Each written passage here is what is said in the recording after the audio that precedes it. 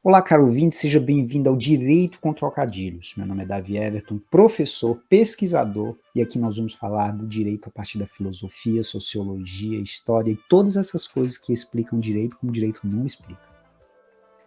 A sociologia de Pierre Bourdieu ensina que há uma diferença entre o que a norma diz e o que a norma realmente quer dizer. Isso acontece porque toda lei é feita para atender o interesse de quem cria a norma. O problema é que ela não pode ser vendida desse jeito. Ninguém ia comprar a ideia com esse rótulo. Daí, quem cria a norma tem que se dar o trabalho de despessoalizar, para não dizer que é para ele, né? E ao mesmo tempo universalizar com o rótulo da razão, para convencer todo mundo de que a lei vai ser boa para todo mundo. Porque é da natureza da razão considerar as coisas não como contingentes, mas como necessárias, como nos diz Bourdieu. E, no entanto, esse raciocínio é só embrulho de interesse. Pois é. E se eu contar para você que esse ensinamento se aplica mesmo à lei mais importante, bonita e humana da história da contemporaneidade? Duvida? Então espera a vinheta que eu vou já te explicar.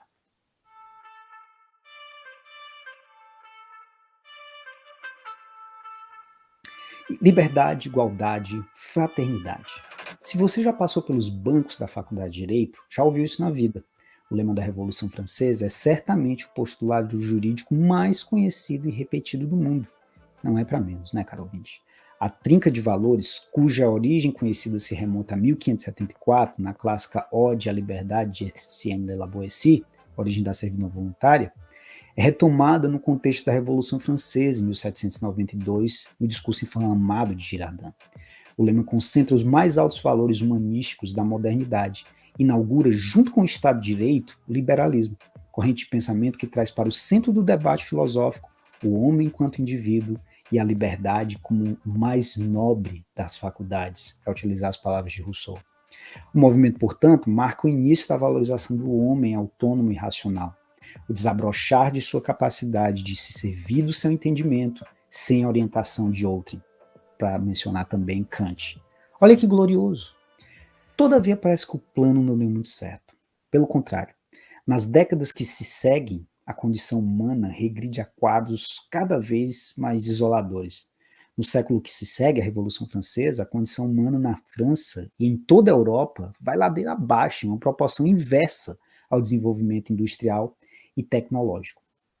Horas de trabalho extenuante, crianças trabalhando em condições insalubres, moradias precárias, hábitos alimentares dignos de dar pena em um cachorro.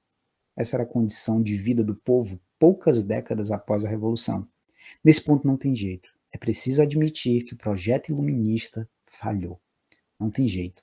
O liberalismo foi tão ineficiente na promoção da dignidade da pessoa humana quanto o absolutismo, exceto por um pequeno número de privilegiados.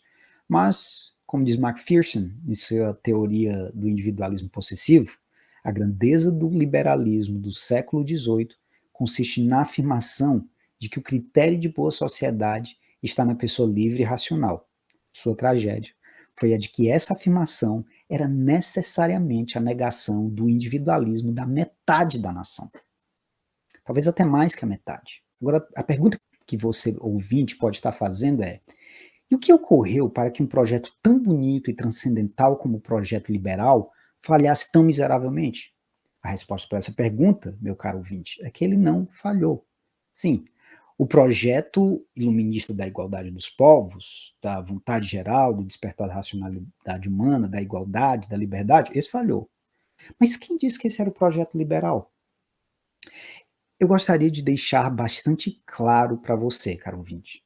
A falha dos ideais iluministas não significa falha do projeto liberal, sobretudo do liberalismo econômico. Pelo contrário, a derrocada do projeto humanístico iluminista foi parte calculada e necessária do liberalismo econômico. Sim, é verdade que a Revolução Francesa foi a articulação dos interesses de várias classes desprestigiadas com o absolutismo. Os pobres que não tinham pão, os filósofos que não tinham ouvidos que lhes ouvissem, a burguesia que não tinha título. Mas quem efetivamente articulou o movimento? Sim, a burguesia. Foi ela que fez todos os interesses paralelos convergir para o seu próprio. Então, entenda, eu não estou dizendo aqui que filósofos como Kant ou Rousseau tramaram um plano para enredar o povo. O que estou dizendo é que seus altos ideais foram utilizados a favor do interesse da burguesia. É duro admitir, mas foi aos interesses da burguesia que realmente atendeu à revolução. E como nós sabemos que o Rousseau foi usado? Porque no final o único interesse que prosperou foi o da burguesia. Sim, o absolutismo oprimia o povo pobre, mas oprimia também aqueles que, a despeito de suas posses, ainda eram tratados com indigna inferioridade à aristocracia. E era dessa indignidade que a burguesia queria se libertar. E diferente do povo, que não possuía meios para promover uma virada de mesa, a burguesia botou para jogo. Juntou os pobres, se cercou de intelectuais, deu uma demão de racionalidade às suas ideias e foi para a luta e tomou o poder do rei, passando a ocupar ele mesmo, ela mesma, né, a burguesia, o topo da sociedade francesa. Agora, naturalmente, que o jeito de conseguir isso não foi falando das vantagens que a revolução traria para ela mesma. Claro que eles não chegaram para os calça curta falando, pessoal, estava pensando aqui, que tal vocês me darem uma morridinha ali para a gente subir ao poder? Não. Como bons negociantes que eram, a burguesia elaborou o discurso e mandou uma lábia tipo a daquela do seu amigo, que fez você gastar 2.000 pau em um esquema de pirâmide. Queremos uma sociedade fraterna, onde o valor de um homem não seja limitado pelo seu nascimento, uma sociedade onde cada um tenha liberdade para ser o que quiser. O que eles malandramente esqueceram de anunciar é que liberdade para lutar pelas oportunidades, sem igualdade de condições para lutar por essas mesmas oportunidades, está na mesma. É miséria com outro rótulo. Liberdade sem igualdade não resolve problema. Claro que sempre vai existir aquele chato para dizer, mas eu conheço um cara com pai ladrão, uma mãe prostituta que nasceu na favela, com uma perna só, caolho, sem metade do cérebro, que comia uma vez por dia e virou CEO da Piraporinha Alimentos. Mas quando você vai ver estatisticamente, esse caso nem risca o gráfico. É bem provável que esses casos eventuais de ascensão também acontecessem no absolutismo. Na prática, o liberalismo se substituiu ao absolutismo, sentenciando um destino quase tão fatalista aos pobres quanto seu antecessor. Eu sei que houveram vantagens. Eu sei que se não fossem os valores, como segurança jurídica, ainda estaríamos vivendo em um mundo onde o rei acordava de manhã de pá virada e metade da população morria. Mas a questão posta aqui é a seguinte: será que o Estado de Direito consegue, como prometido, promover a todos liberdade de oportunidade? A resposta é não. O Estado de Direito não foi criado para promover a igualdade. Ele foi feito para resguardar os direitos daqueles que controlavam o Estado. O que, nesse caso, era atender o interesse da burguesia naquele momento. Olha só o que diz Norberto Bobbio, liberal, viu? Na página 60 de seu livro O Futuro da Democracia. Quando os proprietários eram os únicos que tinham direito de voto, era natural que pedissem ao poder público o exercício apenas de uma função primária, proteção da propriedade. A lógica é simples. Quem detém o poder do Estado diz o que o Estado vai fazer. É isso que Luís XIV quis dizer quando falou que ele era o Estado. Ele era o Estado porque ele, que era o dono do poder, orientava o Estado a cumprir sua vontade. Se Luís XIV controla o Estado faz suas vontades. Se Luís da Pipoca controla o Estado privilegia o pipoqueiro. Se Luís da Cachaça controla o Estado vai ser um bom Estado para cachaceiro. E se a burguesia controla esse Estado, adivinha o que acontece? O poder do Estado sempre serve àqueles que o controlam, seja ele o Estado absoluto ou no Estado liberal. Agora, a diferença é que no Estado absoluto, o monarca exercia essa ordem diretamente, mas agora no Estado liberal, carabineiro, esse controle era exercido indiretamente, pela ordem jurídica. Então não é um controle declarado, é um controle dissimulado. A ordem jurídica é a lábia que a burguesia usa para controlar o poder. A ordem jurídica, como afirma Boaventura Sousa Santos, em sua obra A Crítica da Razão Indolente, é a responsável, juntamente com a ciência, por racionalizar o capitalismo. É o direito que dá à vontade da burguesia forma legal, e sua função única e exclusiva é tornar a dominação tragável. Duvida? Vamos dar um passeio pela legislação francesa do final do século XVIII até o século XIX. Então, vamos tomar como ponto de partida o artigo 1º da Declaração dos Direitos do Homem e do Cidadão, que diz: os homens nascem livres e são iguais em direitos. As distinções sociais só podem fundamentar-se na utilidade pública.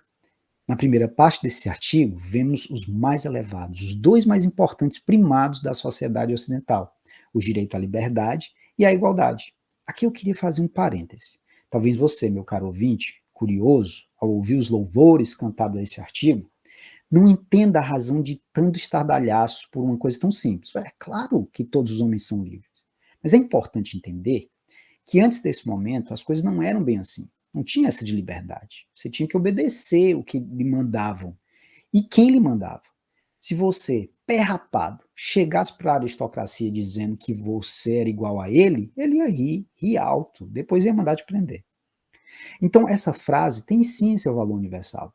Aí você pode, nesse momento, me perguntar, beleza, Davi, mas eu não consegui enxergar o que há de mal nisso. Como uma definição tão transparente quanto o conceito de liberdade pode ser usado contra o interesse da sociedade?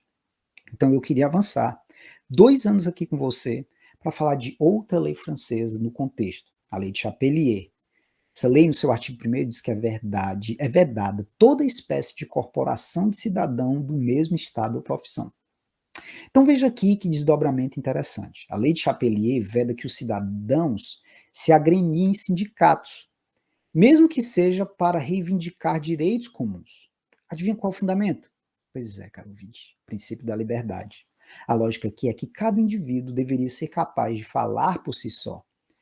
Falar o que ele pensa, sem intermediários, sem pressão de grupo ou classe. Dá até para imaginar um jurista com a cara lavada, invocando as palavras de Kant lá no que é o iluminismo, né? Para explicar aos trabalhadores que a medida da lei de Chapelier tem por fim aperfeiçoar o homem como indivíduo racional que deve ser capaz de decidir só o destino que quer dar à própria vida e blá, blá, blá. Carapuças iluministas à parte, o resultado prático da lei de Chapelier é que os empregados não puderam se organizar para deliberar junto ao patrão seus direitos. Se quisessem reclamar, iam ter que fazer isso tete a tete, individualmente, arrazoando, argumentando e apelando para a racionalidade de uma pessoa cuja preocupação exclusiva é o lucro. E aí? Você acha que deu certo? Claro que não, né?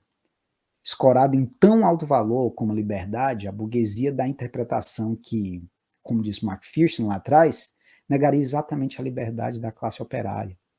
E para deixar claro que a estratégia era só golpe de retórica e que nada está tão ruim que não possa piorar, o Código Civil de Napoleão chega em 1804, botando uma pedra na historinha da igualdade. Olha o que diz o artigo 1781. Em caso de contestação relativa a salários, tornar-se-á por verdadeiro o declarado pelo patrão. Claro que aqui, de novo, aparece uma justificativa. O patrão é um, os empregados são muitos. Mas espera aí, não proibir os trabalhadores de se sindicalizar justamente para que cada homem se relacionasse em pé de igualdade? Mas a legislação francesa, com uma mão dificultou o poder de barganha dos trabalhadores e com a outra fortaleceu a do patrão. Claro que também com justificativa. Disseram que é porque o patrão é quem sustenta a sociedade e por isso precisa ser protegido com um tratamento especial. Um adendo aqui. Essa forma de pensar a sociedade, com proprietários recebendo tratamento especial, corresponde ao pensamento de John Locke, chamado pai do liberalismo, que assim como Rousseau e Kant, também fundamentou as revoluções do século XVIII com a pequena modulação que difere desses. Locke reservou um tratamento diferenciado aos proprietários. Olha que curioso. No caso da verve iluminista, o oligarquismo lockeano surge impávido e cristalino. Coincidência? Claro que não. Na verdade, dizer que o pensamento de Locke surge aqui talvez seja uma imprecisão. Talvez o mais adequado seria dizer que ele se revela aqui. Porque Locke sempre esteve lá. Na cabeça da burguesia só dava Locke. Agora, falar sobre ele já é outra coisa. É melhor falar de Rousseau, era mais conveniente, assim como era mais conveniente ao seu amigo vendedor de pirâmide, omitir o risco de você perder toda a sua economia investindo em um negócio arriscadíssimo. Então Locke ficou nas letras pequenas do contrato, feito lá em 1789. Como assim, Davi? Ué, tá lá, acabamos de ler no artigo, do artigo 1º da Declaração do Direito do Homem e do Cidadão. As distinções sociais só podem fundamentar-se na utilidade pública. Qual a utilidade comum aqui? Que o bem dos patrões é que movimenta a sociedade. Então olha que combinação. Bota Rousseau na manchete, todos os homens são iguais, mas deixa Locke na segunda parte, como quem não quer nada. As distinções sociais só podem fundamentar-se na utilidade pública. É isso mesmo, ouvinte. Locke estava lá desde o princípio, acanhado, caladinho, escondido atrás de um complemento aparentemente inofensivo de uma declaração gloriosa de amor à humanidade. Quem diria que o artigo 1º da Declaração dos Direitos do Homem e do Cidadão era um cavalo de Troia, hein? Mas foi. E o que aconteceu quando esse cavalo de Troia entrou no castelo? Pior possível para os trabalhadores. Claro, o resultado é a miséria humana urbana do século XIX. Uma classe proletária oprimida, sem recursos para lutar contra seus opressores. Haja visto que, assim como seus antigos opressores no absolutismo, esses no liberalismo também ocupavam o Estado. Mas, diferentemente daqueles, esses exercem seu domínio a partir de argumentos racionais. Ditas essas coisas, chegamos ao grande ponto desse primeiro episódio, que é o caráter dúplice do direito. O direito tem uma dimensão expressa e outra implícita. Tem um aspecto lógico, racional, bem intencionado, que é sempre a justificativa oficial, mas tem também uma dimensão dialética, retórica, que conversa e atende à vontade do poder, e é, portanto, política. Na primeira dimensão, ele é independente, na segunda, é instrumental. Na primeira, atende sempre aos melhores interesses republicanos, na segunda, nem sempre. E por isso mesmo, na primeira dimensão, ele é expresso e na segunda, implícito. Porque, como diz Gessé Souza, na página 134 de sua obra Classe Média no Espelho, o dispositivo mais importante de todo poder é tornar-se invisível. Visível por quê? Porque ele tem posição. O poder não é neutro. O direito não é neutro. Mas se apresenta como neutro. Por quê? Para ser aceito. Afinal de contas, ninguém aceitaria uma lei que beneficia um grupo e prejudica o seu. Os trabalhadores não aceitariam uma lei que proíbe greve e, portanto, lhes prejudica. Ao menos que essa lei viesse embrulhada em um discurso de o melhor para todos nós. Mas a custo da boa vontade alheia, se introduz normas que no final beneficiam os donos do poder. Então veja que, em certa medida, o direito é sempre o cavalo de Troia de alguém. Ele se apresenta como presente, mas só o interior dele revela as verdadeiras intenções de quem dá o presente. Ele se presta à função racional, mas na verdade ele está ali com a finalidade de justificar o que já existe. Ele se propõe racional, mas na verdade é apenas uma forma de retórica. É uma questão de ordem das coisas. O direito diz que a missão dele é explicar a cadência lógica que leva as coisas a ser assim assado. Mas na verdade as coisas são assim assado e ao direito cabe arranjar uma explicação lógica para isso. Entende? Entende o que eu quero dizer? O direito, desde o começo da modernidade, quer fazer colar a ideia de independência do poder político. Mas, na verdade, ele é servo do poder político. É criado e recriado conforme a vontade do poder político. Surge e ressurge como um milagre obrado pelo soberano, como afirma o Carl Schmitt em sua famosa obra Teologia Política. Mas o direito se pretende racional, como diz Bourdieu, que nós já citamos aqui. A tentativa de Hans Kelsen para criar uma teoria pura do direito não passa do limite ultraconsequente do esforço de todo o corpo de juristas para construir um corpo de doutrinas e de regras completamente independentes do constrangimento e das pressões sociais, tendo nele mesmo seu próprio fundamento. Em outras palavras, o direito quer ser autorreferente. Por quê? Porque ele não quer dizer que toma partido por ninguém. Não quer dizer que é movido por paixões, mas sim que tudo nele tem uma razão de ser. O direito se nega a dizer que tem ranço, que tem lado. Se nega a dizer que tem gente que ele não gosta e que por não gostar faz leis contra eles. O direito detesta se ver como um instrumento parcial. Ele pensa de si mesmo ser alguém neutro. Todavia, Bourdieu continua. Essa retórica da autonomia, da neutralidade, da universalidade, que pode ser o princípio de uma autonomia real do pensamento e das práticas, está longe de ser simples máscara ideológica. Ela é a própria expressão de todo o funcionamento do campo jurídico, e em especial do trabalho e racionalização, no duplo sentido de Freud e Weber. Aqui o sistema das normas jurídicas está continuamente sujeito, e a isto desde há séculos. Aqui nessa frase tem um elemento da teoria Bourdieu, a ideia de hábitos, que eu quero voltar mais tarde com você. Aliás, eu quero voltar com você em muita coisa que já falamos até agora. a diferença entre argumentação racional e retórica, as dimensões técnicas e políticas do direito, enfim. Mas nesse momento, meu caro ouvinte, o que eu quero deixar claro é que essa duplicidade está sempre presente no direito. E mais que isso, elas coexistem na mesma estrutura. O direito, caro ouvinte, tem sentido duplo. Então é imprescindível estudar o direito como quem ouve um trocadilho. Quem ouve o direito tem que ouvi-lo como quem ouve uma piada cujo sentido malicioso se esconde atrás do sentido literal, entende?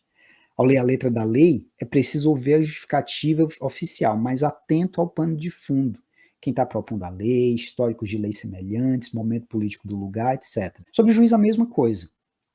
Eu queria propor uma questão para pensarmos juntos enquanto avançamos nesse programa. Quando o juiz julga, o juiz procura o fundamento para julgar ou julga e depois procura o fundamento? Então veja como é uma questão complexa. O juiz, em sua atividade, é instrumento da lei ou está usando a lei como instrumento de suas convicções?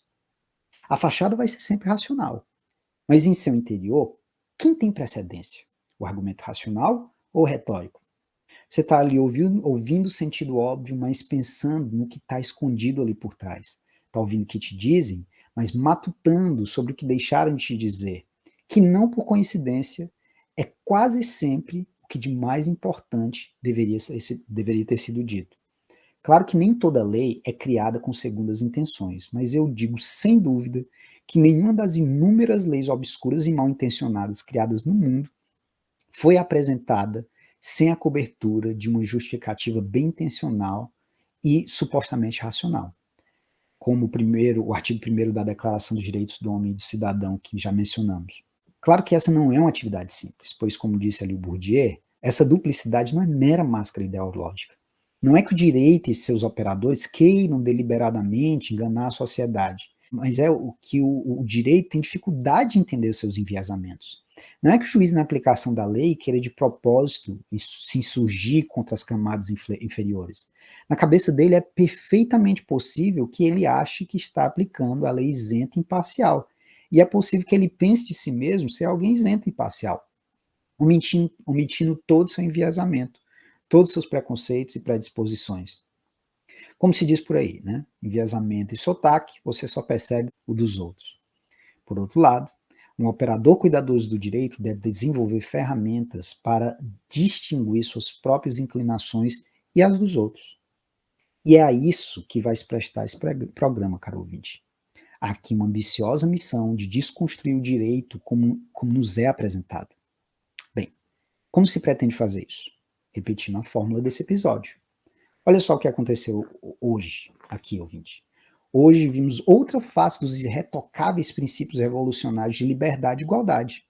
Para fazer isso, entendemos o pensamento filosófico dos iluministas, daí checamos na historiografia se a proposta vingou ou não, fomos para a literatura para reforçar a ideia de que o plano humanístico realmente não funcionou, e aí fomos à filosofia e sociologia para explicar o porquê. Moral da história, explicamos o direito aqui por outro caminho que não o oferecido pelo próprio direito. Perceba que isso é um esforço oposto ao induzido pelos bancos escolares. Isso exige um esforço inverso ao já referido aqui Hans Kelsen. Kelsen propôs uma resposta ao direito seria encontrada dentro do próprio direito, e nada mais importava.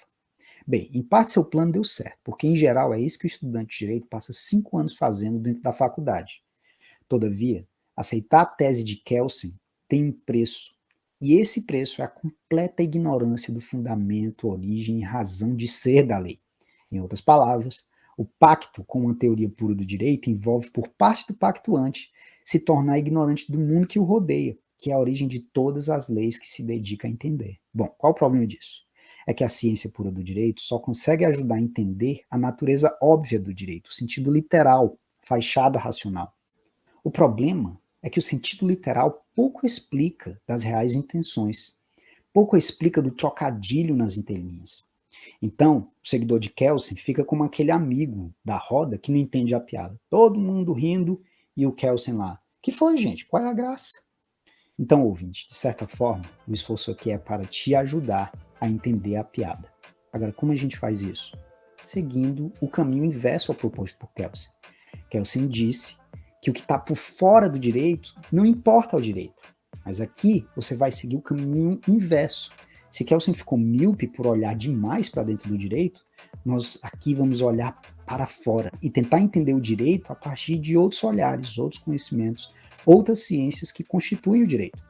Naturalmente, esse é um trabalho para curiosos.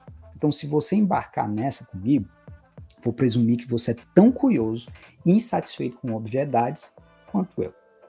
Sendo esse diagnóstico, vou poder presumir também que você vai gostar de ouvir esse programa, tanto quanto eu gosto de fazer, porque o mundo a ser construído pertence aos inconformados.